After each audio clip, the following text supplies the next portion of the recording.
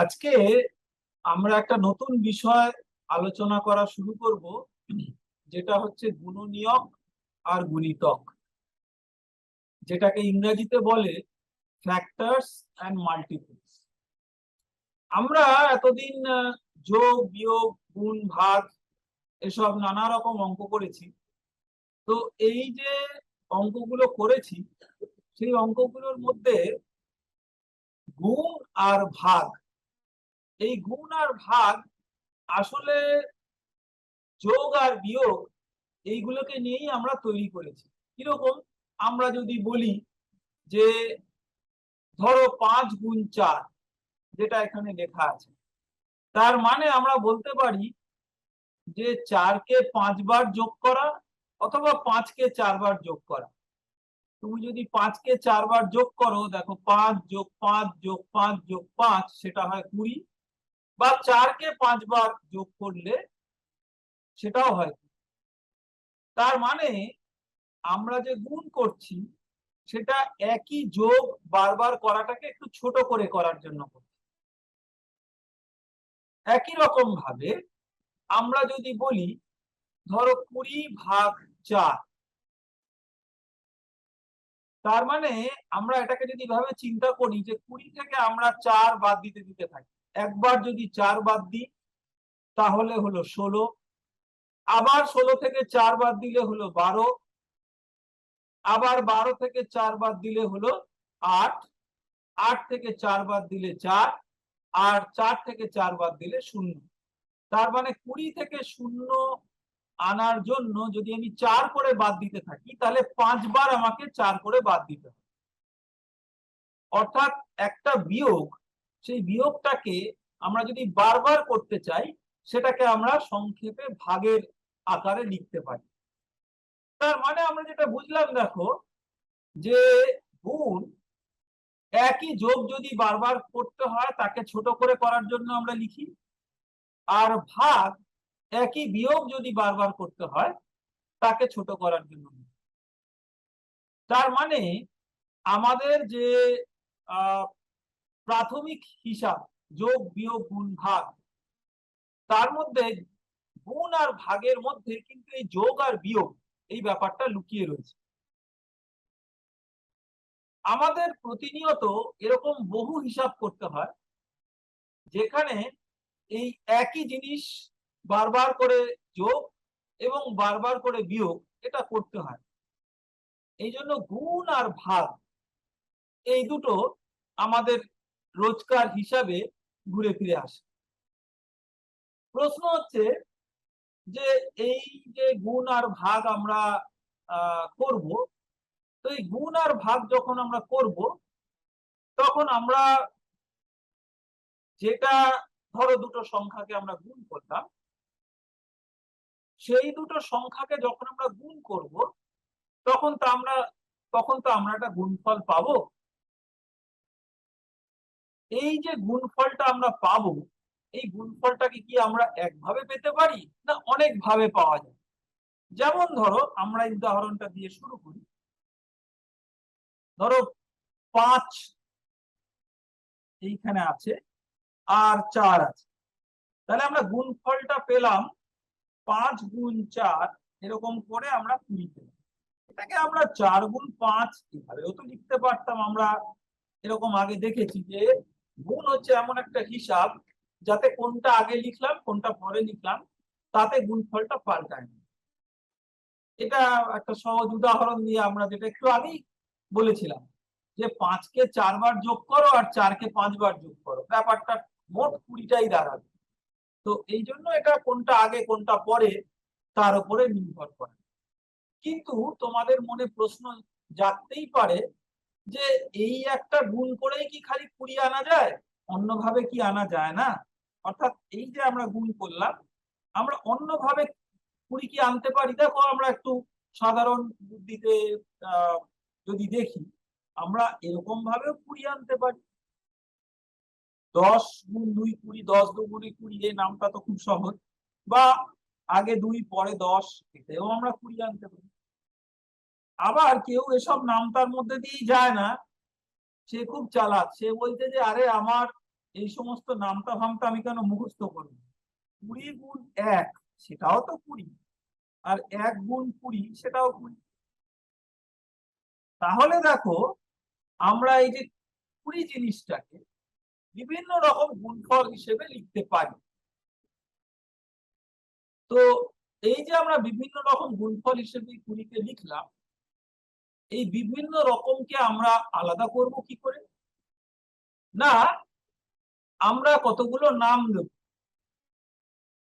এই যে 20 এইটা গুণ করে তৈরি হয়েছে, তাহলে এটাকে আমরা বললাম গুণিতক। ইংরেজিতে বলে মাল্টিপল। কেন বলে?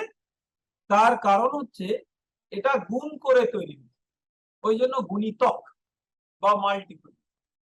আর যেগুলো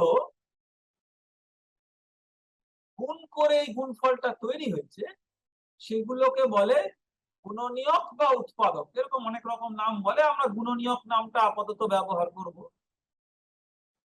ইংরেজিতে বলে ফ্যাক্টর। তাহলে এখানে কি কি ফ্যাক্টর আছে দেখো।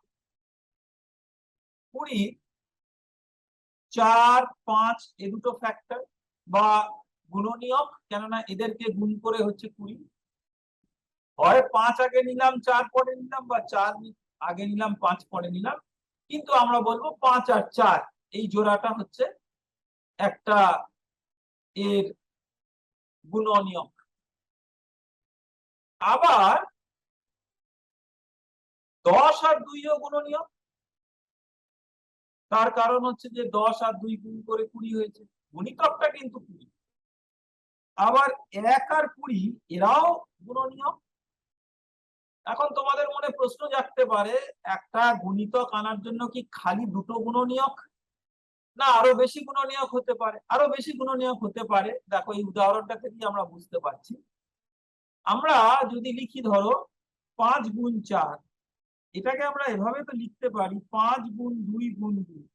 কেন বলো তো? একটা সরল অঙ্ক যদি আমরা করি 5 গুণ 4, 4কে আমরা 2 গুণ 2 ভাগে ভাগ করে নিতে পারি, তাহলে 5 গুণ 2 গুণ 2 এটাও 20। তাই যদি হয় তাহলে যা গুলোকে দিয়ে গুণ করে এই 20 উত্তরটা এসছে সেগুলোই গুণনীয়ক। তাহলে এখানে আমার 3টে গুণনীয়ক হচ্ছে 5, 2, আরেকবার 2বার। অর্থাৎ আমরা এখান থেকে বোঝার চেষ্টা করলাম যে একটা জিনিসের একাধিক গুণনীয়ক থাকতে পারে, মানে একটা, দুটো, তিনটে, যা হোক গুণনীয়ক থাকতে পারে। আমরা উদাহরণ দেখব যে একটা জিনিসের সবচেয়ে কম আর সবচেয়ে বেশি কটা গুণনীয়ক থাকতে পারে, এটা আমরা একটু পরে দেখব। দেখে মনে হচ্ছে সবচেয়ে কম একটা, কিন্তু আমরা দেখব যে তা নয়। কিন্তু আমরা এটুকু বলতে পারি যে একটা গুণনীয়ক অন্তত একজনের আছে, যার একটাই গুণনীয়ক আছে। কে বলতো? সেটা হচ্ছে 1, কারণ এর গুণনীয়ক তো 1 ছাড়া অন্য কি হবে। কিন্তু এটাও ঠিক যে একাধিক গুণনীয়ক থাকতে পারে। এখানে ধরো 5 আর 2 দুটো গুণনীয়ক, কিন্তু 2টা দুবার এসছে। কিন্তু এমনও জিনিস আছে যেখানে দুবার করে আসেনি, একবার করেই এসছে, কিন্তু তাও 2 এর বেশি গুণনীয়ক। যেমন আমি একটা উদাহরণ দিই। ধরো আমি যদি বলি 2 গুণ 3 গুণ 5, তাহলে এটা হলো 30। তাহলে 30-এর আমি যদি এই 3টে গুণনীয়ক বলি, দেখো 3টে কিন্তু আলাদা। তার মানে একটা গুণনীয়ক যখন আমি লিখছি সেটা ঘুরে ফিরে রিপিট করতে পারে, বারংবার আসতে পারে, আবার নাও আসতে পারে। গুণনীয়কের সংখ্যা সেটাও অনেক কিছু হতে পারে। তো এই উদাহরণ দেখে আমাদের এইটা শুধু মনে ভাবার কারণ নেই যে গুণনীয়ক দুটো, তিনটে, একটা বা এরকম কিছু হতে পারে। আমাদের এই উদাহরণটা দেওয়ার উদ্দেশ্যটা হচ্ছে যে এই নামগুলো সম্বন্ধে আমরা একটু সরগর হব, যে যেগুলোকে গুণ করা হয়েছে সেগুলো হচ্ছে গুণনীয়ক, আর সেই গুণফলটা যেটা তৈরি হয়েছে সেটা হচ্ছে গুণিতক। তো এইটা বুঝে আমরা এবার কতগুলো সংখ্যা নিয়ে দেখি, সেগুলোর আমরা বিভিন্ন গুণনীয়ক আর গুণিতক বার করি। এটা একটুখানি যদিও খুবই সহজ, কিন্তু এই উদাহরণটা দিয়ে আমরা সাধারণ বুদ্ধিতে কি করে গুণনীয়ক আর গুণিতক বার করি সেটাকে আমরা দেখব। তারপরে সাধারণ বুদ্ধিটাকে আমরা একটা ছন্দে আনার চেষ্টা করব, সেটা আমরা পরে দেখব। সাধারণ বুদ্ধি দেখো সমস্ত কিছুর ওপরে, তার কারণ সাধারণ বুদ্ধি দিয়ে অনেক কিছুই বার করা যায়। আর কোন নিয়ম বা ছন্দ হচ্ছে সেই বুদ্ধিটাকে একটা ছকে ফেলে করা। তো আমরা প্রথমে সাধারণ বুদ্ধি দিয়ে দেখি। আমাদের এই শূন্যস্থানগুলো পূর্ণ করতে হবে, এটা তোমাদের বইয়ের একটা অঙ্ক। ধরো 12 একটা সংখ্যা, সেগুলো কি কি জিনিসের গুণিতক। 12 কি কি জিনিসের গুণিতক সেটা আমরা কি করে বার করতে পারি না, যেসব জিনিসগুলো গুণ করে 12 হতে পারে। কি কি গুণ করে 12 হতে পারে দেখো, আমরা যদি সবচেয়ে বড় হিসাবটা করি তাহলে 12 গুণ 1 এটা করলে 12 হতে পারে। তার মানে একটা জিনিস আমরা বুঝলাম, দেখো যে সংখ্যাটা দেওয়া আছে সেটা আর 1 এ দুটো তো তার গুণনীয়ক হবেই, সবসময় হবে, কেননা সেই দুটোকে গুণ করলে সেই সংখ্যাটাই পাওয়া যায়। 1 হলে সেটা খালি 1, কিন্তু 1 ছাড়া অন্য কোনো সংখ্যা যদি হয় সেই সংখ্যাটার 1 দিয়ে গুণ করলে সেই সংখ্যাটাই থাকে। কেননা যে কোনো, তুমি নামতাটা মনে করো যে 5 একে 5, 10 একে 10, 20 একে 20, যাকে তুমি 1 দিয়ে গুণ করো ওটাই থাকে। তাহলে 12 গুণ 1। এবার প্রশ্ন হচ্ছে, আচ্ছা 12টাকে কি আমরা ভাঙতে পারি? এটাকে আমরা কিরকম ভাবছি বলো তো। ধরো আমাদের একটা বাড়ি আছে, বাড়ি একটা দেয়াল আছে, সেই দেয়ালে ধরো 3টে আলাদা স্তম্ভ আছে, ঠিক আছে, 3টে মিলে একটা দেয়াল তৈরি হচ্ছে। তো এবারে আমি এই দেয়ালগুলোকে ভাঙলাম, ভেঙে আমি কি করলাম, আমি 3টে স্তম্ভকে আলাদা করলাম। তাহলে আমি 3টে স্তম্ভকে আলাদা করলাম, এইটা একটা হলো, আবার এটা একটা হলো, আবার এটা, তাহলে 3টে স্তম্ভ আলাদা হয়ে গেল। আবার এর মধ্যে এক একটা স্তম্ভ যদি আমি বার করে আনি, সেটাতে আবার দেখা যাবে যে না, এটা ঠিক একটা বলে মনে হলো, একে অনেকগুলো ইট দিয়ে গাঁথা আছে, সেই ইট গুলোকে যদি আমি আলাদা আলাদা করি তাহলে একে আবার ছোট ছোট ভাগে ভাগ করা যাবে। আমরা যদি মনে করি যে সবচেয়ে ছোট ভাগ একটা ইট, তাহলে এক একটা ইট আমরা যতক্ষণে না পাবো ততক্ষণ আমরা ভাঙতে থাকবো। উল্টো দিক থেকে এই দেয়ালটা আমরা যখন তৈরি করেছিলাম, এই ইটগুলোকেই এক একটা ছোট জিনিস ধরে সেগুলোকে পাশাপাশি বা উপরে নিচে বসিয়ে সাজিয়ে আমরা এই দেয়ালটা বানিয়েছি। আবার এই দেয়ালটাকে যখন আমরা ভাঙছি তখন আমরা সবচেয়ে ছোট যে একক সেটাই ইট গুলোকেই। তো এইবারে এই ইট গুলোকেই বার করা হচ্ছে আমাদের এই বড় জিনিসটা থেকে গুণনীয়ক বা উৎপাদক বার করা। তাহলে আমরা যে 12 পেয়েছি, দেখো এবারে 12টাকে আমরা একটু ভাঙি। 12টাকে আমরা যদি ভাঙি, আমরা 12টাকে 6 গুণ 2 এভাবে আমরা লিখতে পারি। আমরা এই ভাঙার জন্য কি চিন্তা করলাম বলতো, প্রথমে আমরা দেখলাম যে আচ্ছা একে কি আমরা অর্ধেক করতে পারি। এটা ধরো একটা সাধারণ বুদ্ধিতে আমরা করছি, প্রথমে তো আমরা পুরোটা রাখলাম 12, আচ্ছা এবার দেখি থেকে অর্ধেক করতে পারি। এই যে ভাঙা গড়ার খেলা হচ্ছে না, এইখানে একটা জিনিস খালি তোমরা মাথায় রেখে দেবে, আমরা কিন্তু খালি পূর্ণ সংখ্যা নিয়ে আলোচনা করছি, কোনো ভগ্নাংশের ব্যাপার নেই। নয়তো তোমরা বলতে পারো, আরে তুমি কি বলছো, এরকম ভাবে ভাঙার কি আছে, আমি তো একটা ইটের অর্ধেকও করতে পারি, একটা ইটের 3 ভাগের 4 ভাগও করতে পারি, নিশ্চয়ই করতে পারি। কিন্তু আমরা এই অধ্যায়ে যেটা আলোচনা করছি খালি পূর্ণ সংখ্যা নিয়ে, অর্থাৎ এখানে আমরা ভেঙে আর ভগ্নাংশ এরকম করবো না, ভগ্নাংশের হিসাবটা আমরা এর মধ্যে রাখবো না, খালি পূর্ণ হিসাব। তাহলে আমার 12 যেই আছে, দেখো 12কে আমি পূর্ণ সংখ্যায় দিয়ে যদি ভাগ করতে চাই, আমি অর্ধেক করলে 6 হলো। আবার এই 6কে আবার আমি ভাঙতে পারি পূর্ণ সংখ্যা করলে, তাহলে আমি এটাকে 3 × 2 করি, 3 দুগুণে 6। দেখো এই 3কেও আমি আর ভাঙতে পারবো না, 2কেও আমি আর ভাঙতে পারবো না।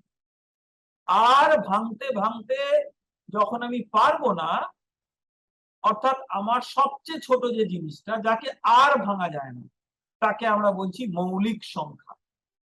মৌলিক কথাটা খেয়াল করবে, মৌলিক মানে দাঁড়াচ্ছে যে এমন একটা সংখ্যা যাকে আর ভেঙে পূর্ণ সংখ্যায় ভাগ করা যায় না। অর্থাৎ 3কে আমি যদি আর ভাগ করে কিছু করতে চাই, ধরো অর্ধেক করতে চাই, ওটা 1.5 হবে 1.5, সেটা তো পূর্ণ সংখ্যা নয়। 2কেও আমি যদি ভাঙি, হ্যাঁ 2কে আমি ভাঙতে পারবো, কিন্তু 2কে ভেঙে আমি কি করব, 2কে ভেঙে আমি 1 + 1 করতে পারবো। আমি এই যে ভাঙছি, এই ভাঙাটার মধ্যে 1 সংখ্যাটাকে আমি রাখছি না। অর্থাৎ আমি এমন ভাবে ভাঙছি যাতে সংখ্যাটাকে আর ভাঙা না যায়, অথচ সেটা 1 নয়, কেননা 1 তো এমনিই সেটা, তাকে আর ভাঙা, পূর্ণ সংখ্যার সবচেয়ে ছোটটাই 1, তাকে আর ভাঙার তো কোনো ব্যাপার নেই। 1-এর থেকে বড় অথচ তাকে আর পূর্ণ সংখ্যায় ভাঙা যায় না, তাকে আমরা বলছি মৌলিক সংখ্যা। তাহলে মৌলিক সংখ্যাটা কি হলো, যেটা 1-এর থেকে বড় এবং আর তাকে ভাঙা যায় না, তাকে বলে প্রাইম প্রাইম নাম্বার বা মৌলিক সংখ্যা। এবং কোনো একটা সংখ্যাকে ভাঙতে ভাঙতে এই মৌলিক সংখ্যা অবধি নিয়ে আসাই তাকে বলে প্রাইম ফ্যাক্টরাইজেশন বা মৌলিক উৎপাদকে ভাঙা। তাহলে দেখো আমার কি কি মৌলিক উৎপাদক আমি এই 12 পেলাম বলো, আমরা সেটাকে একটু রং করে আলাদা করার চেষ্টা করি। আমরা পেলাম 3 আর 2, তাই না? 6কে আমরা বলতে পারবো না মৌলিক, তার কারণ হচ্ছে 6 আবার 3 আর 2 এদেরকে মিলে তৈরি। সুতরাং 6 হচ্ছে উৎপাদক কিন্তু যৌগিক। যৌগিক হচ্ছে মৌলিক গুলোকে মিলে যেটা হচ্ছে সেটা হচ্ছে যৌগিক। মিলে মানে এখানে সব মিলে বলতে আমি বলছি গুণ করে, মিলে মানে কিন্তু যোগ নয়। নামটা যৌগিক কিন্তু আসলে যৌগিকের সাথে যোগের ঠিক সম্পর্ক নেই, এটা হচ্ছে গুণ। ঠিক আছে, তাহলে যেটা দাঁড়াচ্ছে যে একটা বড় সংখ্যা, তাকে আমরা গুণনীয়কে ভাঙছি ছোট করতে করতে, সবচেয়ে ছোট যে পূর্ণ সংখ্যা অথচ 1-এর থেকে বড়, তাকে আমরা বলছি মৌলিক। আর মৌলিক গুলোকে গুণ করে যে উৎপাদক বার করতে পারছি তাকে তাকে আমরা বলছি যৌগিক। তাহলে 12-র কি কি উৎপাদক আমরা বার করতে পারলাম দেখো। তাহলে আমরা 12-র উৎপাদক গুলো লিখি, আলাদা করে একটু লিখি চলো। আমরা যদি 12-র উৎপাদক গুলো লিখি, লিখে লিখে আমরা একটু শিখে নিয়ে তারপরে শূন্যস্থান গুলো পূর্ণ করবো, তাহলে তোমরা বুঝতে পারবে যে আমরা এটাকে কিভাবে ভাবনা চিন্তা করছি। উদাহরণ, তাহলে 12-র উৎপাদক গুলো লিখতে গিয়ে আমরা ছোট থেকে বড় লিখবো। একটা সবসময় আছে, ওকে তো আমরা লিখে দিলাম। 1-এর থেকে বড় কি আছে দেখো, 2 আছে, 3 আছে, এরাই মৌলিক উৎপাদক। আর যৌগিক কি না, এগুলোকে নিয়ে যেটা তৈরি হবে। তাহলে 6 একটা যৌগিক উৎপাদক, আবার সংখ্যাটা নিজেরই তার একটা উৎপাদক, তাহলে 12 তার একটা উৎপাদক। তাহলে আমরা উল্টো করে বলতে পারি যে 12 কার কার গুণিতক, না এই সংখ্যাটা, এই সংখ্যাটা, এই সংখ্যাটা, এই সংখ্যাটা, এই সংখ্যাটা, এগুলোকে বিভিন্ন ভাবে গুণ করলে 12 পাওয়া যায়। কিভাবে? 1-কে 12 দিয়ে গুণ করলে, 6-কে 2 দিয়ে গুণ করলে, বা 1-কে 2 দিয়ে গুণ করে, তাকে 3 দিয়ে গুণ করে, আবার 2 দিয়ে। সুতরাং বিভিন্ন ভাবে হতে পারে। এই যে আমার এই সংখ্যাগুলোকে আমি বিভিন্ন ভাবে গুণ করে আমি 12 পেতে পারি। তাহলে আমরা এখানে যদি চিন্তা করি, তাহলে দেখো আমরা কিন্তু একটা এখানে মিস করে গেছি, সেটা আমরা লিখিনি। কেন আমি লিখিনি বলতো, তার কারণ হচ্ছে সেটা এর মধ্যেই লুকিয়ে আছে কিন্তু আমরা আলাদা করে দেখিনি। সেটাকে আমরা এবার আলাদা করে দেখতে শিখি। এর মাঝে আর একটা ফাঁক আছে। আমরা এইগুলো কোথা থেকে লিখলাম বলতো, 1 2 যে তোমার এগুলো যে আমরা লিখলাম, এগুলোকে আমরা কিভাবে লিখলাম? এগুলোকে আমরা লিখলাম এইভাবে,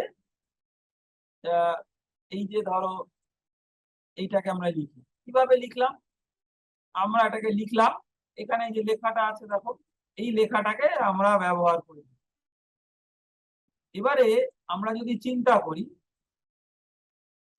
যে এই যে লেখাটা আমরা লিখি, এই লেখাটাতে আমরা কোন কোনগুলো ব্যবহার করেছি দেখো, এখানে 12 এটাকে ব্যবহার করেছি, আমরা একটা টিক নিই,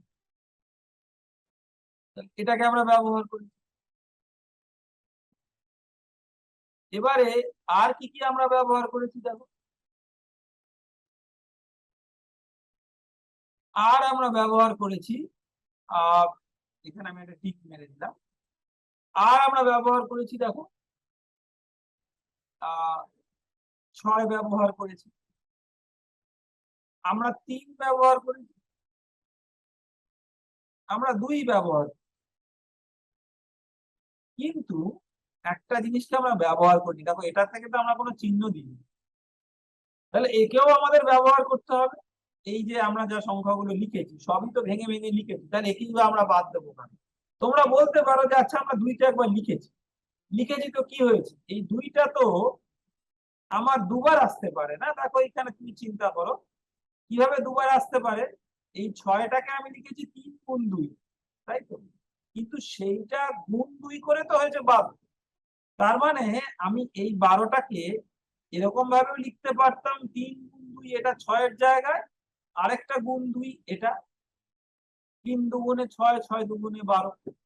এবার দেখো মজার ব্যাপার হচ্ছে এই 2 গুণ 2 যে এইটাকে আমরা যদি আলাদা করি 4, অর্থাৎ এই দুটোকে গুণ করে, সেটাও একটা উৎপাদক।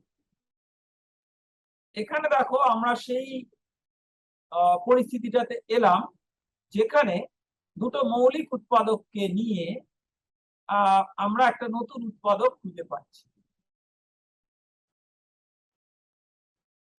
অর্থাৎ একই মৌলিক উৎপাদক দুবার এসছে।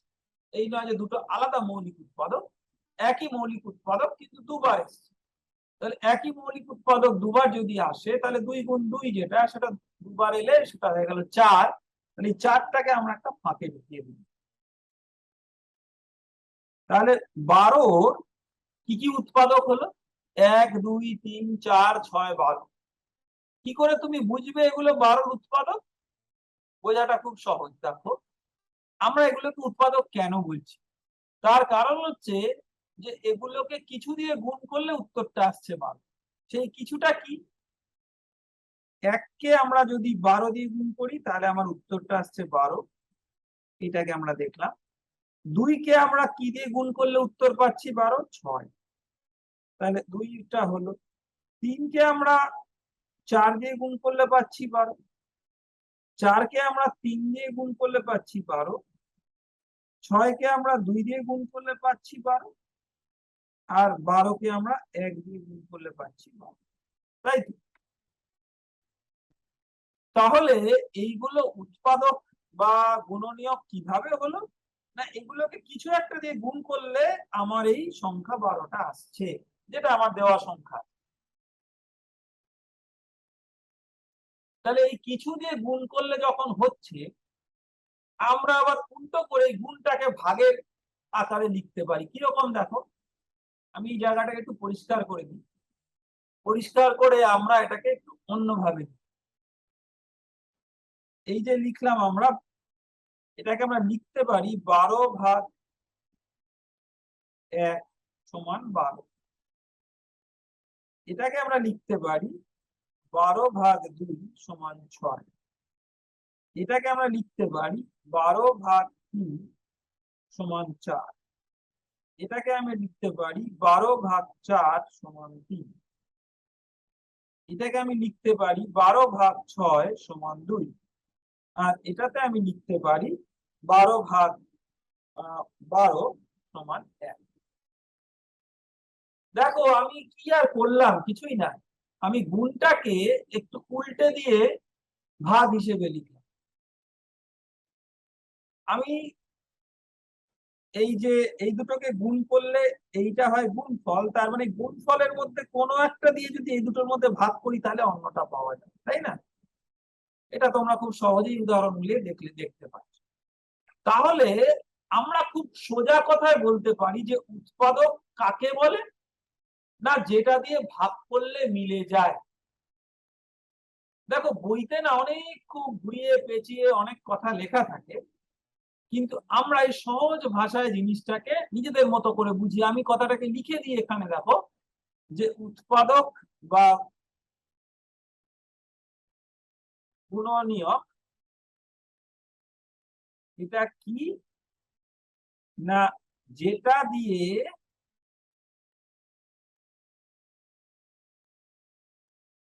ভাগ করলে, কাকে ভাগ করলে, যে সংখ্যাটা দেওয়া আছে যার গুণনীয়ক বার করতে হবে, মিলে যায়। মিলে যায় মানে কি, কোনো ভাগশেষ থাকে না, তাকেই আমরা বলছি মিলে। আমরা চলতি কথা এরকম বলি না, দেখ ভাগটা মিলে গেছে, মিলে গেছে মানে ভাগশেষ বা অবশিষ্ট কিছু নেই। তাহলে যেটা দিয়ে ভাগ করলে মিলে যায় সেটাই হচ্ছে উৎপাদক বা গুণনীয়ক। এই কথাটা খালি মাথায় রেখে দেবে, দেখবে আর গুণনীয়ক সম্বন্ধে তোমাদের আর কিছু মাথায় রাখার দরকার নেই। তাহলে গুণনীয়ক মানেটা কি দাঁড়ালো, যেটা দিয়ে ভাগ করলে মিলে।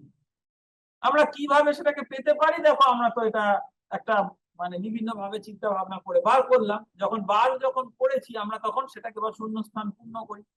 তাহলে 12 গুণনীয়ক কারা, না যেগুলোকে 12কে যেগুলো দিয়ে ভাগ করলে মিলে যায় সেইটাই আমরা শূন্যস্থানে পূর্ণ করি। কি কি আছে, 1 2 3 4 6 আর 12, তাই তো?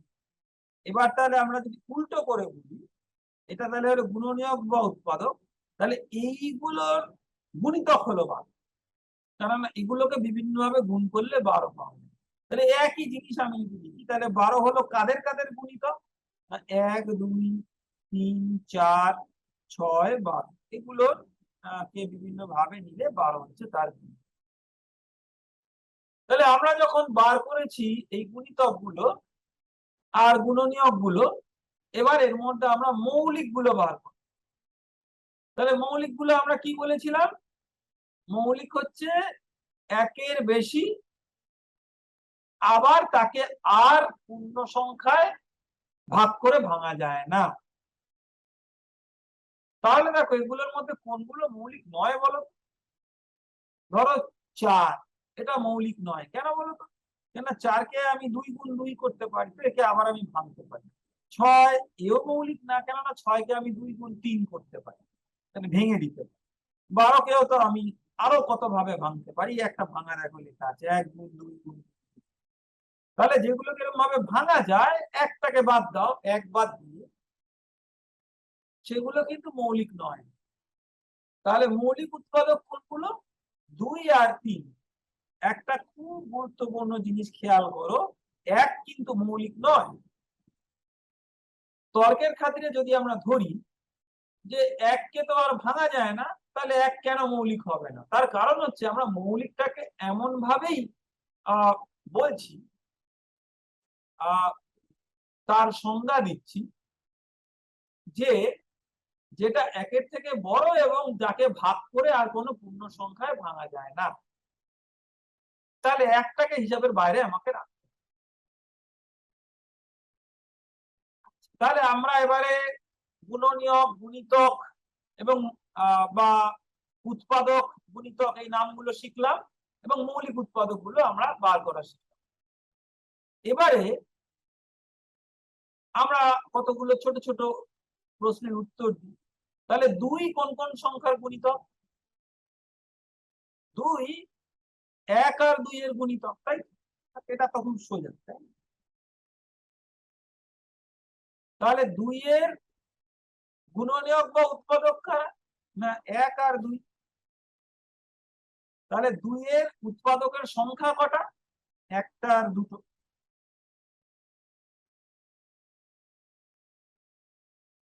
তাহলে 2 এর উৎপাদকের সংখ্যা দুটো, আবার 2কে আরো কোনো পূর্ণ সংখ্যায় ভাগ করে ভাঙা যায় না, এটা আমরা জানলাম। তার মানে এখান থেকে আমরা এটা বুঝতে পারি যে এমন একটা সংখ্যা যাকে আর পূর্ণ সংখ্যায় ভাগ করে ভাঙা যায় না, তার দুটো উৎপাদক থাকে। কি, না সেই সংখ্যাটার 1।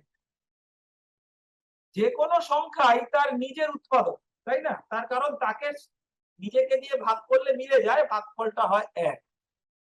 আর 1ও তার উৎপাদক বা গুণনীয়ক, তার কারণ 1 দিয়ে তো যে কোনো পূর্ণ সংখ্যাকেই ভাগ করে। তাহলে আমরা বলতে পারি যে সংখ্যাকে আর কিছু ভাগে ভাঙা না যাক ভাগ করে পূর্ণ সংখ্যায়, তাকে অন্তত সেই সংখ্যাটা আর 1কে আমরা যদি না ধরি, 1-এর উপর থেকে ধরি, ধরো 2, তারপরে অন্যান্য মৌলিক সংখ্যা, তাকে সেই সংখ্যাটা দিয়ে ভাগ করলে মিলবে আর 1 দিয়ে ভাগ করলে মিলবে। তাহলে আমরা বলতে পারি যে একটা মৌলিক সংখ্যাকে দুটো সংখ্যা দিয়ে ভাগ করলে, দুটো পূর্ণ সংখ্যা দিয়ে ভাগ করলে মেলে, বা তার দুটো উৎপাদক থাকে, একটা হচ্ছে সেই সংখ্যাটা আর একটা হচ্ছে 1। তাহলে একটা মৌলিক সংখ্যার কটা উৎপাদক থাকবে? না, দুটো। একটা হচ্ছে সেই সংখ্যাটা আর একটা হচ্ছে 1। আর যদি তার থেকে বেশি উৎপাদক থাকে তাহলে সেটা কোনো মতেই মৌলিক সংখ্যা নয়। তাহলে আমরা এখান থেকে যেটা বলতে পারি যে 2 একটি মৌলিক সংখ্যা, তাকে আর ভাঙা যায় না, তার দুটো উৎপাদক হচ্ছে সে নিজে এবং 1। 1 সংখ্যাটা কিন্তু আমরা এই সংখ্যাগুলোর বাইরে রাখছি। 1-এর গুণনীয়ক বা উৎপাদক এটা হচ্ছে 1। তাহলে 1-এর একটাই গুণনীয়ক আছে, আর 1 সেই জন্য মৌলিকও নয় আবার যৌগিকও নয়। তাহলে 1 হচ্ছে একটা খুব বিচিত্র, যেটা না মৌলিক না যৌগিক। মৌলিকের হিসাবটা আমরা 2 থেকে শুরু করি। এবারে তোমরা বলতে পারো যে এই যে সব আমরা মৌলিক যৌগিক এসব বলছি, এসব দিয়ে বাস্তবে আমরা কি করব? এবার চলো আমরা এইটাকে আমরা স্কুলের একটা গল্প দিয়ে এটাকে বাস্তবে আমরা কিভাবে করব সেটাকে শিখি। আমাদের স্কুলে বছরে একবার করে সব ছাত্রছাত্রীদের নিয়ে, একটা ক্লাসের সব ছাত্রছাত্রীদের নিয়ে ছবি তোলা হয়। একটা ক্লাসের সব ছাত্রছাত্রীদের নিয়ে যে ছবি তোলা হয়, এইটা না এটা অনেক দিন থেকে রেওয়াজটা চলে আসছে। আমরাও যখন ছোট ছিলাম, বছরে একবার করে ক্লাসের সমস্ত ছাত্রছাত্রীদের নিয়ে একটা ছবি তোলা হতো। সেই ছবিটা একটা স্মৃতিতে এমন থাকে, দেখো আমরা তো অনেকদিন আগে স্কুল থেকে পড়াশোনা করে বেরিয়ে এসেছি। আমরা যখন নিচু ক্লাসে পড়তাম, সেই ক্লাসে আমাদের বন্ধুরা যারা ছিল, তারা সেই ছোট্ট বয়সে দেখতে কেমন ছিল, তারা এখন সবাই অনেক বড় হয়ে গেছে। কারোর মাথায় চুল পাকা, কারোর মাথায় চুল আবার নেই, এরকম কারোর অনেক বড় বড় গোঁফদাড়ি, এরকম অনেক রকম আছে। কিন্তু তারা সেই ছোট্টবেলায় কেমন ছিল সেইটা আমাদের মনে পড়ে এই ছবিটাকে দেখে। সেই জন্য এরকম ছবি, আর যারা স্কুলের শিক্ষক শিক্ষিকা আছে, তাদেরও প্রত্যেক বছর কত ছাত্রছাত্রী পাশ করে বেরিয়ে যায়, তারা অনেকে বড় হয়, বড় হয়ে বড় মানে জীবনে প্রতিষ্ঠিত হয় এবং অনেক বড় বড় তারা কাজ করে। কিন্তু তারা ছোট্টবেলায় কেমন ছিল সেই শিক্ষক শিক্ষিকারা যদি সেই স্মৃতিটাকে দেখতে চায়, ছবিটাকে তারা খুঁজে বার করে দেখতে পারে। তো সেই জন্য ক্লাসে একবার করে সব মিলে ছবি তোলা এটা স্কুলের মধ্যে খুবই হয়ে থাকে। আমার খুব বিশ্বাস যে তোমাদের সবারই স্কুলে এরকম হয়। তো ধরো এরকম একদিন একটা স্কুল, সেইখানে আমাদের একটা ক্লাসে ছবি তোলা হবে। এই ক্লাসে কজন আছে আমরা একটু গুনি রাখো। এই যেদিন ছবি তোলা হবে না, সেদিন কি হয়েছে, সেদিন সেই স্কুলে একটা বেশ উৎসবের ভাব, সবাই নানা রকম একটু সেজে টেজে এসছে। এখানে দেখো তারা সব পাশাপাশি দাঁড়িয়ে আছে। এরা পাশাপাশি দাঁড়িয়ে আছে, আমরা গুনে দেখি কজন আছে। 1 2 3 4 5 6 7 8 9 10 11 12 13 14 15 16 17 18 19 20। এই 20 জন এই ক্লাসে এরা এসছে। ওই ক্লাসের ওই সেকশনটাতে, বিভাগ যাকে বাংলায় বলে, একটা ক্লাসের ছোট ছোট বিভাগ হয়, তোমরা তো জানো। এই বিভাগে 20 জন এসছে, এদের নিয়ে ছবি তোলা হবে। কিন্তু যে শিক্ষক, ক্লাসের যে ক্লাস টিচার, তোমাদের যে শ্রেণী শিক্ষক, সে শ্রেণী শিক্ষক উনি ঝামেলায় পড়েছে। তো সবাই এই যে পাশাপাশি দাঁড়িয়েছে, এই ক্যামেরাটা না অত শক্তিশালী নয়। এই ক্যামেরাটা যদি ছবি তোলে তাহলে ছবির ফ্রেমে যারা একদম ধারে আছে সব কাটা পড়ে যাচ্ছে। তো শিক্ষক তো মহা চিন্তায় পড়ল, কি করা যায়। তখন কিন্তু হঠাৎ করে ওনার মাথায় একটা বুদ্ধি চলে এলো। উনি আবার অঙ্ক টঙ্ক করান, তো এইসব বুদ্ধি ওনার হঠাৎ করে চলে আসে। উনি বললেন, শোন, তোরা এই একটা লাইনে না দাঁড়িয়ে তোরা একটা কাজ কর, তোরা সমান ভাগে ভাগ করে দুটো লাইনে দাঁড়া। তাহলে কি হলো, এক একটা লাইনে দেখো 10 জন 10 জন করে। আবার অনেক সময় যেটা হয়, দেখো একই ক্লাসে তো লম্বা আছে আর একটু বেশি লম্বা, কম লম্বা আছে। তো যারা কম লম্বা তারা হয়তো সামনের সারিতে দাঁড়ালো, কিন্তু দেখা গেল তাতেও একটা ক্লাসে আর কত লম্বার তফাৎ থাকে, পেছনের কেউ কেউ ঢাকা পড়ে যাচ্ছে। তাহলে সামনের সারির যারা, তারা হয়তো হাঁটু গেড়ে বসলো। আমাদের সময় স্কুলে এরকম করে আমরা বেশ ছবি তুলতাম। তো এরকম ধরো বসলো বা দাঁড়ালো, দুটো সারি হলো, মোট সেই 20 হলো। কিন্তু 20টা 10 যোগ 10, এই একই 10 দুবার বারবার করে যোগ, মানে এটা আসলে গুণ, আমরা এটা আগে দেখেছি। তাহলে 10 গুণ 2 হলো। কিন্তু তাও না, এই ক্যামেরাটা অতটা ভালো না। এই ক্যামেরাটাতে এই 10 জনকেও ভালোভাবে পরিষ্কার ভাবে দেখা যাচ্ছে, দেখা যাচ্ছে কিন্তু মুখ চোখ ভালো করে বোঝা যাচ্ছে না। তখন সবাই ভাবলো যে না, এই ছবিটা তো আমরা অনেক দিন রেখে দেবো, আমরা মুখ চোখটা একটু ভালো করে যাতে দেখা যায় তার ব্যবস্থা। তখন এই স্যার বললেন যে আরে তোরা একটা কাজ কর, তোরা দুটো সারি না করে তোরা 4টে সারি, মানে 4টে লাইন। তাহলে এক একটা লাইনে 5 জন করে চলে এলো। আর এই লাইনগুলো এমন ভাবে করা হলো যাতে মানে লম্বা অনুযায়ী একদম যারা কম লম্বা তারা সামনে, আরেকটু বেশি লম্বা তার পিছনে, আরেকটু বেশি লম্বা তার পিছনে, সবচেয়ে বড় লম্বারা তার পিছনে। এরকম করতে করতে দেখা গেল যে ঠিক সবারই মুখটা অন্তত দেখা যাচ্ছে। আর ক্যামেরাটা 5 জনকে অন্তত ভালো করে ধরতে পারছে। তাহলে আমরা এটাকে কি করলাম বলতো, আমরা এই 5টাকে 4 বার করে যোগ করলাম, তার মানে আমরা 5 গুণ 4, তাই তো। কিন্তু আমরা যাই করি দেখো, আমরা কিন্তু একটা ছাত্র বা ছাত্রীকেও বাদ দিলাম। তাহলে আমার মোট কত আছে? 20। এই 20 ছাত্র ছাত্রীকে কিন্তু আমরা কোনো কমালাম না, বললাম ওরে তুই দাঁড়াস না রে, তোকে তোকে ছবিতে আটকাবে না, এরকম আমরা বললাম। আমরা সবাইকেই ছবিতে রাখলাম, কিন্তু বিভিন্ন ভাবে ভাগ করলাম। প্রথমে আমরা রেখেছিলাম 20 গুণ 1, পরের বার আমরা করলাম 10 গুণ 2, আর তারপরের বার করলাম 5 গুণ 4। তাহলে আমরা দেখছি দেখো, এই যে 20, তার বিভিন্ন গুণনীয়ক বা উৎপাদকে কিন্তু আমরা এটাকে ভাগ করলাম। আমরা যদি লিখি 20 সমান সমান, একে আমরা 20 গুণ 1ও লিখতে পারি, আবার 10 গুণ 2ও লিখতে পারি, আবার 5 গুণ 4ও লিখতে পারি। তার মানে যেটা দাঁড়াচ্ছে যে আমরা একটা সংখ্যাকে বিভিন্ন রকম যদি উৎপাদক বা গুণনীয়কে ভাঙতে পারি, তাহলে সে অনুযায়ী বাস্তবে আমরা কিন্তু কোনো কোনো জিনিসকে একটা সমান ভাগে, এখানে যেমন সমান ভাগ মানে কি, এক একটা সারিতে 5 জন করে, এটাই সমান ভাগ। এইরকম ভাবে আমরা একটা জিনিসকে বিভিন্ন ভাগে সমান ভাগে ভাগ করি, বিভিন্ন ভাগে। আমরা কখনো এক একটা ভাগে 20কে রাখলাম, কখনো এক একটা ভাগে 10কে রাখলাম, কখনো এক একটা ভাগে 5কে রাখলাম। তাহলে এই যে বিভিন্ন উৎপাদকে বা গুণনীয়কে ভাগ করা, এটার বাস্তবে আমরা কাজে কি করে লাগাতে পারি না, একই জিনিসকে বিভিন্ন ভাবে সমান ভাগে আমরা ভাগ করতে পারি। এটা তো কম নয়। কেউ যদি আমাকে বলে যে তোমাকে আমরা একটা জিনিস দিলাম, তুমি ক্লাসে এটা বন্ধুদের মধ্যে ভাগ করে দাও, তাহলে তুমি সেটাকে কত ভাবে সমান ভাগে ভাগ করতে পারো সেটা তুমি জানো, তাহলে তুমি মনে মনে ঠিক করতে পারবে যে তুমি কিভাবে ভাগ করতে পারো। এইটা তার একটা উদাহরণ।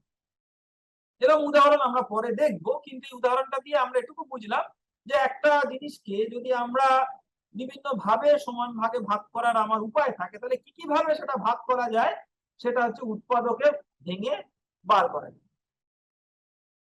এবার আমরা যা কিছু পড়লাম তার একটু আমরা রিভাইজ করি।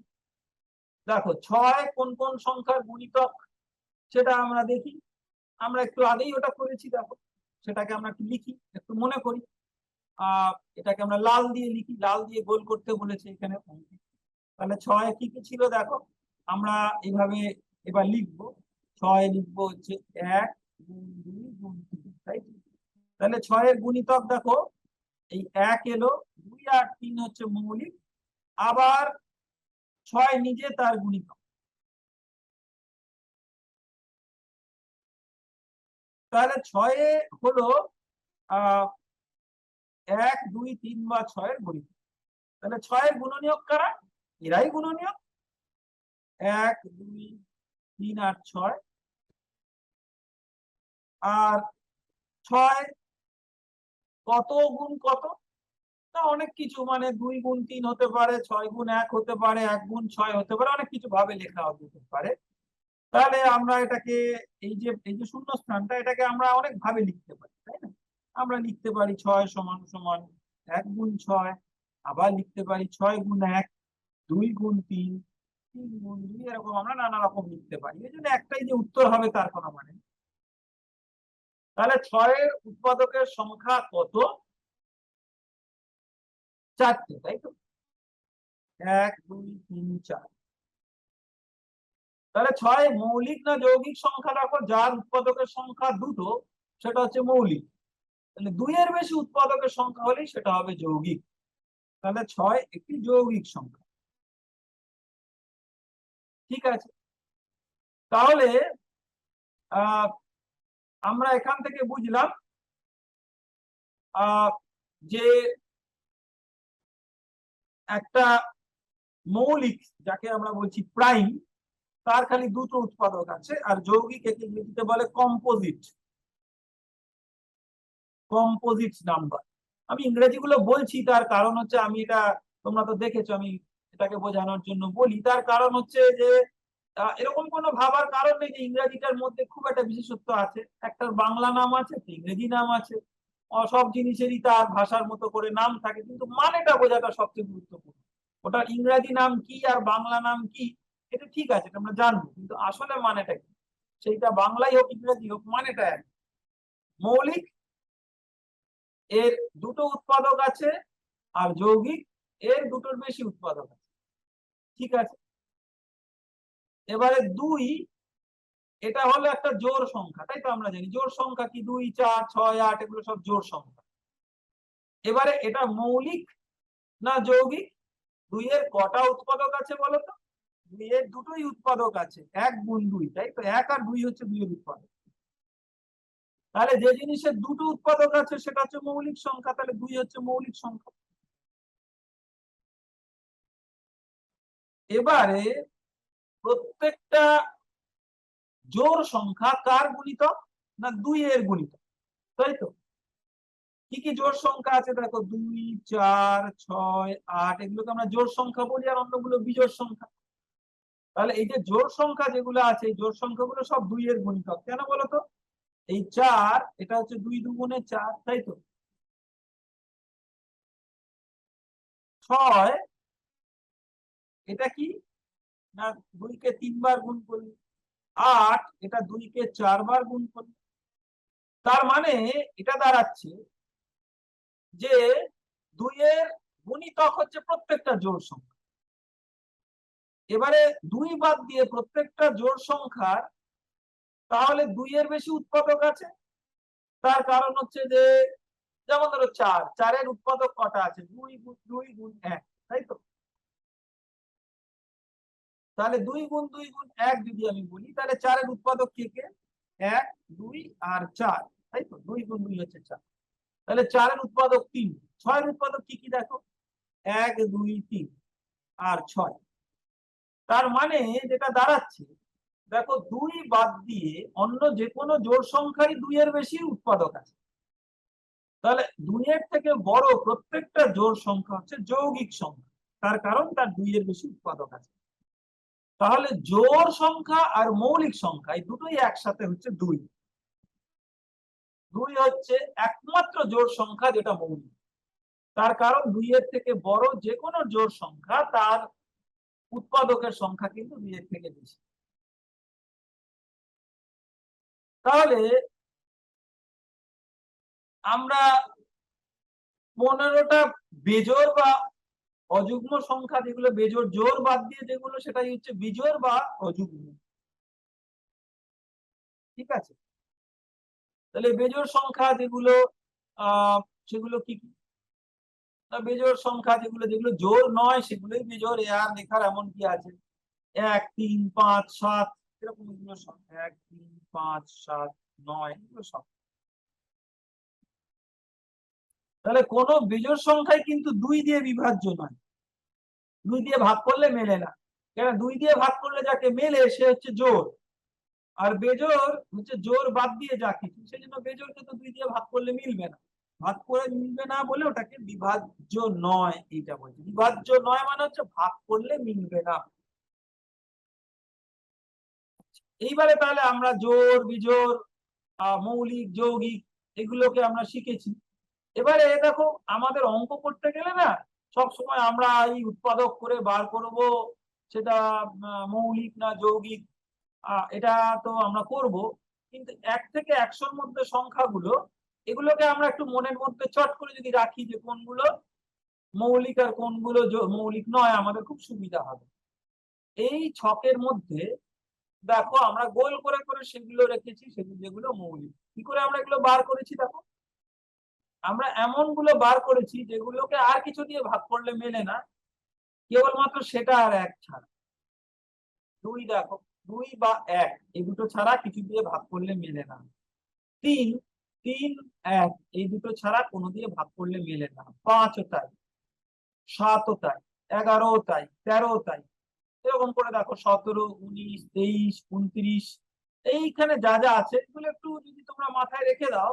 যেমন ধরো 97, 97কে 1 দিয়ে ভাগ করলে মেলে, আবার 97 দিয়ে ভাগ করলে মেলে। এর কেবলমাত্র দুটো উৎপাদক আছে, আর কিছু দিয়ে ভাগ করলে মেলে না। তাহলে এখানে যা যা গোল করা আছে সেই গোল করা সংখ্যাগুলোর বৈশিষ্ট্য হচ্ছে সেই সংখ্যাটা আর 1 এছাড়া কোনো দিয়ে ভাগ করলে সেটা মেলে না। এই জন্য এগুলো হচ্ছে সব মৌলিক সংখ্যা। এটা একটু মাথায় খেয়াল রেখো, যাতে কিছুই না, এটা খেয়াল না রাখলেও ক্ষতি নেই, একটু চিন্তা করে বার করা যায়, কিন্তু খেয়াল রাখলে অঙ্কগুলো তাড়াতাড়ি হবে। তাহলে এই যে আমরা আজকে যা যা শিখলাম, এগুলোকে আমরা একটুখানি আরো সরগর হওয়ার জন্য আরেকটা উদাহরণ দিয়ে আজকে আমাদের এই গুণনীয়ক, গুণিতক, উৎপাদক, মৌলিক, যৌগিক এই সমস্ত যে ধারণাগুলো, সেই ধারণাগুলোর একটা বাস্তবে একটা প্রয়োগ আমরা দেখি। এইটা দেখো তোমাদের বইয়ের একটা অঙ্ক, আজ বাড়িতে উৎসব। এতে অনেকগুলো ফুলদানি সাজাতে হবে। টেবিলে ফুলদানি রাখা আছে। বাবা বাজার থেকে 12টা রজনীগন্ধা, 18টা হলুদ গোলাপ আর 30টা লাল গোলাপ। এবারে আমার কটা ফুলদানি লাগবে বলতো এই 12টা রজনীগন্ধাকে রাখতে? আমি বলতে পারি, আচ্ছা আমার কাছে অনেকগুলো ফুলদানি আছে, আমি 12টা ফুলদানিতে একটা করে রজনীগন্ধা ডাটি রাখলাম, আমার 12টা রজনীগন্ধা। আরেকজন বললো, না না আমার অতগুলো নেই, আমার 6টা ফুলদানি আছে, তাতে চলবে? হ্যাঁ চলবে, এক একটাতে 2টো করে রাখবো। আরেকজন বললো, না না না আমার 6টা নেই, 5টা আছে। 5টাতে অসুবিধা কি বলতো? আমি যদি 5টাতে 2টো করে রাখি তাহলে 10টা, আবার 5টাতে 3টে করে রাখলে 12টা। কিন্তু আমার শর্ত হচ্ছে এই 15টা, কিন্তু আমার শর্ত হচ্ছে প্রত্যেকটাতে আমি সমান করে রাখতে হবে, এটা হচ্ছে আমার শর্ত। ঠিক আছে, তাহলে প্রত্যেকটাতে আমি যদি সমান করে রাখি, 5টায় সমান করে রাখতে গেলে 15টা হয়ে যাবে। তাহলে 5টা আমার চলবে না, 4 কিন্তু চলবে, কেননা 4টেতে সমান করে রাখলে একটাতে 3টে করে রাখতে পারবো। তাহলে 5 চলবে না, 4 চলবে। এটাকে আমরা কি করে বুঝলাম বলতো? না 12কে 5 দিয়ে ভাগ করলে মেলে, কিন্তু 4 দিয়ে ভাগ করলে মেলে। 5 দিয়ে ভাগ করলে মেলে না, কিন্তু 4 দিয়ে ভাগ করলে মেলে। তাহলে 4 হলো 12র গুণনীয়ক বা উৎপাদক, কিন্তু 5 নয়, তাই তো? তাহলে সমান ভাগে আমি ভাগ করতে পারবো সেই রকম ফুলদানির সংখ্যাতেই যেগুলো হচ্ছে উৎপাদক বা গুণনীয়ক। এই সমান কথাটা ভালো করে মনে রাখবে। ভাগটা কিন্তু আমরা ভাগ অঙ্ক যখন আগে একবার আলোচনা করেছিলাম, এই সমান ভাগে ভাগ করা, এই ব্যাপারটা কিন্তু আমরা মাথায় রাখি। তাহলে সমান ভাগে ভাগ যখন আমরা করব, তাহলে সমান ভাগে আমরা যতগুলো ভাগ করব সেটা উৎপাদক বা গুণনীয়ক হয়ে যাবে। তাহলে আমরা 6টা 12টা ফুলদানি রাখতে পারতাম, 6টা রাখতে পারতাম, এক একটাতে 2টো। আর কি রাখতে পারতাম, 4টে রাখতে পারতাম, একটাতে 3টে। 3টে রাখতে পারতাম, একটাতে 4টে। 2টো রাখতে পারতাম, একটাতে 6টা। আর একটা রাখতে পারতাম যাতে আমার আর ফুলদানি নিয়ে একটাই আছে, তাতে মোট 12টা আমি রেখে দিতাম। তাহলে আমি কি কি সংখ্যক ফুলদানি চিন্তা করতে পারতাম? 12, 6, 4, 3, 2, 1। ঠিক আছে, তাহলে 12র উৎপাদক হলো এইগুলো: 12, 6, 4, 3, 2, 1। এটা হলো আমার রজনীগন্ধা। এবারে আমি হলুদ গোলাপ। দেখো, হলুদ গোলাপটা একই রকম হবে। আমরা কি হলুদ গোলাপটা হলুদ রং দিয়ে লিখবো? দেখি, হলুদ রং দিয়ে লিখলে আবার ভালো করে পড়া যায় না, তাও আমরা দেখি হলুদ গোলাপ যখন বলেছে হলুদ দিয়ে। রজনীগন্ধাটা সাদা হয়, কিন্তু সাদা দিয়ে লিখলে তো তোমরা দেখতে পাবে না, ওই জন্য সবুজ দিয়ে লিখেছি। তাহলে হলুদ গোলাপটা দিয়ে আমি লিখি, হলুদ রংটা দিয়ে আমরা লেখার চেষ্টা করি। 18 তার কি কি এরকম গুণনীয়ক বা উৎপাদক হতে পারে? 18, তারপরে 18কে আমি যদি 2 ভাগ করি তাহলে 9, তাই তো? 18কে 3টে ভাগ করলে হলো 6। আবার আমি করতে পারি কি, আরো ছোট ভাগ করতে পারি, ধরো 3। যদি 3টে ভাগ করি, এক একটা 6 করে।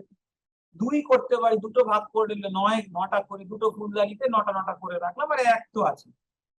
তাহলে 18কে কতগুলো আমি ফুলদানিতে সমান এতে রাখতে পারি? 18, 9, 6, 3, 2, 1, তাই তো? তাহলে 18র কি কি গুণনীয়ক হলো? 18, 9, 6, 3, 2, 1। এবার লাল গোলাপ, এটাকে আমরা লাল দিয়ে লিখি। লাল গোলাপ কটা আছে? 30টা। দেখো 30, তাকে আমরা কি কি করতে পারি? 30কে আমরা 2 দিয়ে ভাগ করলাম। দেখো, আমরা কিন্তু কি কি বুদ্ধি খাটাচ্ছি। প্রথমে আমি 2 দিয়ে ভাগ করার চেষ্টা করছি, না পারলে 3 দিয়ে, এরকম করে ছোট ছোট দিয়ে আমি ভাগ করার চেষ্টা করছি।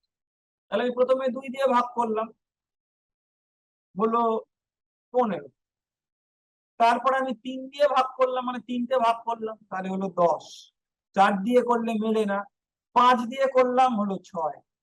6 দিয়ে করলাম, হলো 5। 7 দিয়ে ভাগ করলে মেলে না। 8 দিয়ে ভাগ করলে মেলে না।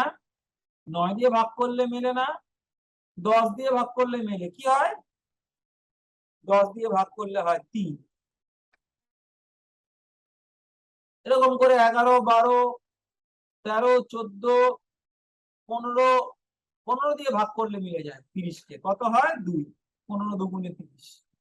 এই অব্দি। আর কিন্তু 15 ছাড়া আর কিছু দিয়ে ভাগ করলে মিলবে না, অর্ধেক হয়ে গেছে তো, আর কিছু দিয়ে চেষ্টা করে লাভ নেই। আর 1 তো আছে। তাহলে 30কে আমরা কি কি 30টাকে আমরা কটা ফুলদানিতে রাখতে পারি? 30টাতে রাখতে পারি, 15টাতে 2টো করে, 10টাতে 3টে করে, 6টাতে 5টা করে, 5টাতে 6টা করে, 3টাতে 10টা করে, 2টাতে 15টা করে, আর 1টাতে 30টা। তাহলে 30-এর গুণনীয়ক কি কি হলো? আমরা লিখি তাহলে: 30, 15, 10, 6, 5, 3, 2, 1। তাই তো? তাহলে আমরা যদি এটাকে আরেকবার ভেবে দেখি, যে 12টা রজনীগন্ধাকে আমি যদি সমান সংখ্যক ভাবে ফুলদানিতে ভাগ করতে চাই, আমি কতগুলো ফুলদানি লাগাবো সেটা আমরা এইটা দিয়ে দেখলাম। সেটাই উত্তর হচ্ছে তোমার এইখানে বলা আছে। এই জিনিসটাই আবার লেখার জন্য আমি বারবার করে দিচ্ছি। 18টা হলুদ গোলাপকে আমি সমান কতগুলোতে ভাগ করে লিখতে চাই? এখানে দেখো 18, 9, 6, 3, 2, 1, এটা আমি এখানে। আর 30টাকে আমরা কটাতে লিখতে পারি, কটা ফুলদানিতে ভাগ করতে পারি? দেখো এটা হলো 30, 15, 10, 6, 5, 3, 2, 1। ঠিক আছে, এবারে কেউ আমাকে বলল যে আমার কটা ফুলদানি থাকলে চলবে বলতো, যেখানে আমরা এই গোলাপ, রজনীগন্ধা, মানে দু রকম গোলাপ আর রজনীগন্ধা সবটাকে কিছুটা সমান ভাগে ভাগ করে রাখতে পারি। এটাকে আমরা বুদ্ধি করে বার করব কি বলতো? দেখো আমরা রজনীগন্ধার জন্য যেগুলো রেখেছিলাম, হলুদ গোলাপের জন্য যতগুলো আমরা ফুলদানি রেখেছিলাম, আর লাল গোলাপের জন্য রেখেছিলাম, তার মধ্যে কমন কি আছে? এখানে দেখো এই তিনটের মধ্যে কমন কি কি আছে বলতো? মানে যেটা এই তিনটেতেই আছে সোজা কথা। এখানে 12 আছে, দেখো 12 কিন্তু এই হলুদ গুলোতে নেই আর লাল গুলোতেও নেই, তাহলে 12 চলবে। 6 দেখো হলুদ গুলোতেও আছে, আবার সবুজেও আছে, লালেও আছে, তাহলে এটাকে আমরা একটা কালো দিয়ে চিহ্ন করে রাখি। 6 দেখো এখানেও আছে, এখানেও আছে, এখানেও। আর কি আছে? 5 তো নেই। আর কি আছে? 4 আছে, 4ও নেই। 4 দেখো তোমার এই 12তে আছে, কিন্তু 18 বা 30 নেই। 3, 3 কিন্তু আছে, তাহলে 3টাকে আমরা এরকম বই করি। 3টে। আর কি আছে? 2 কি আছে?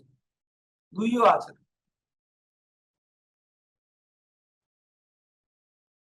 আর কি আছে? 1 আছে। 1 তো সবে দিন।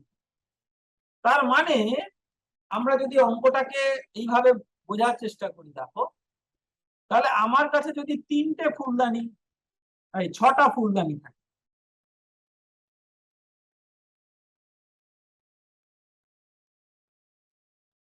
তাহলে আমার সেখানে এক একটা ফুলদানিতে আমি একটাতে আমরা রজনীগন্ধা কটা রাখবো, আর হলুদ গোলাপ কটা রাখবো, আর লাল গোলাপ কটা রাখবো বলো দেখি? 6টা ফুলদানিতে আমরা রজনীগন্ধা এক একটাতে রাখবো। রজনীগন্ধা মোট কটা আছে? 12টা, তাহলে এক একটাতে থাকবে 2টো করে। হলুদ মোট 18টা আছে, তাহলে 6টা যদি করি এক একটাতে থাকবে 3টে করে। আর লাল 30টা আছে, 6টা যদি করি এক একটাতে থাকবে 5টা। দেখো সবটাই কিন্তু মিলে যাচ্ছে। এটা হলো 6টা ফুলদানি। আমি এবারে দেখি, যদি ফুলদানি 6টা না হয়ে হতো 3টে, তাহলে রজনীগন্ধা এক একটাতে কটা থাকতো? টোটাল আছে, মোট আছে 12টা, তাহলে রজনীগন্ধা থাকতো 4টে করে। হলুদ গোলাপ আছে মোট 18টা, তাহলে 3টে ফুলদানি হলে এক একটাতে 6টা করে থাকতো, 3, 6, 18। আর লাল গোলাপ আছে 30টা, তাহলে 3টে ফুলদানি হলে এক একটাতে 10টা করে থাকতো, 3, 10, 30। এটাও দেখো আমরা সুন্দর ভাগ করে দিলাম। এরকম করে আমরা আরেকটু লিখি, দেখো এই জায়গাগুলোকে আমি একটু পরিষ্কার করে দিই, তাহলে আমি লেখাটা এর মধ্যেই লিখবো, এই ছকের মধ্যেই লিখতে হবে।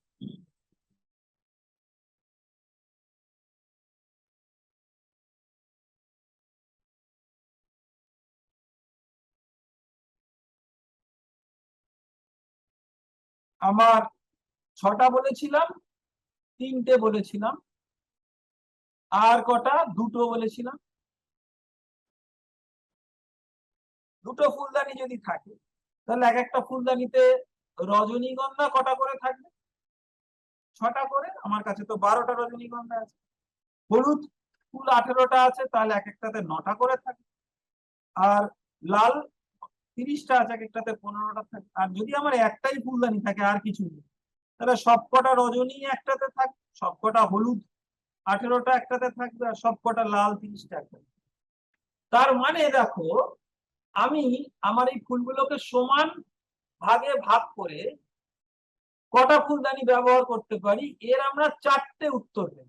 6, 3, 2, 1, এবং এক একটাতে আমরা কটা করে ফুল রাখতে পারবো সেটাও আমরা জেনে ফেললাম। এবারে কেউ যদি আমাকে বলে যে আচ্ছা, আমরা সবচেয়ে বেশি সংখ্যক কটা ফুলদানি নিতে পারি এরকম ভাবে ভাগ করতে পারবো, সেটা হচ্ছে 6টা, তাই? কিন্তু তার থেকে কম। তাহলে আমরা এই 6টা যদি বার করতে পারি, দেখো আমরা 3, 2 আর 1 কিন্তু তার থেকে বার করতে পারি। কি করে বলো তো?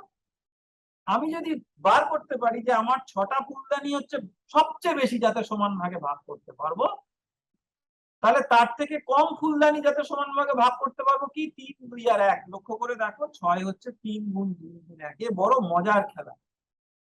অর্থাৎ সবচেয়ে বড় সংখ্যার যে ফুলদানি, যাতে আমি সমান ভাগে ফুলগুলোকে রাখতে পারি, আর তার থেকে কম সংখ্যক যে ফুলদানি গুলো হতে পারে, সেই কম সংখ্যক গুলো এই উৎপাদক,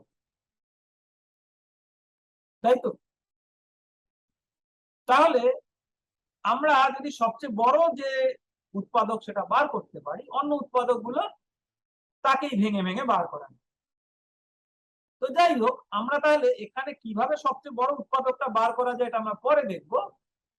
কিন্তু আমরা আজকে যেটা দেখলাম যে উৎপাদক গুলো কি করে বার করা, তারপরে তার মধ্যে আমরা ছোট বড় কি মেজো সব দেখব। তাহলে আজকে আমরা কি শিখলাম?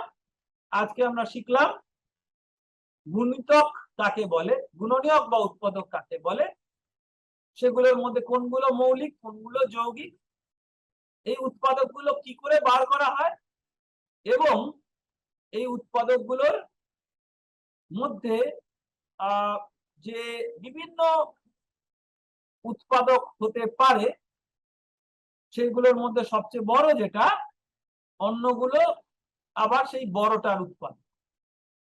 তো এইটুকু আমরা জানলাম, বুঝলাম, শিখলাম। আজকে আমরা এখানেই শেষ করি। আবার পরের দিন আমরা এই গুণিতক আর গুণনীয়ক নিয়ে আরো আলোচনার দিকে এগোবো।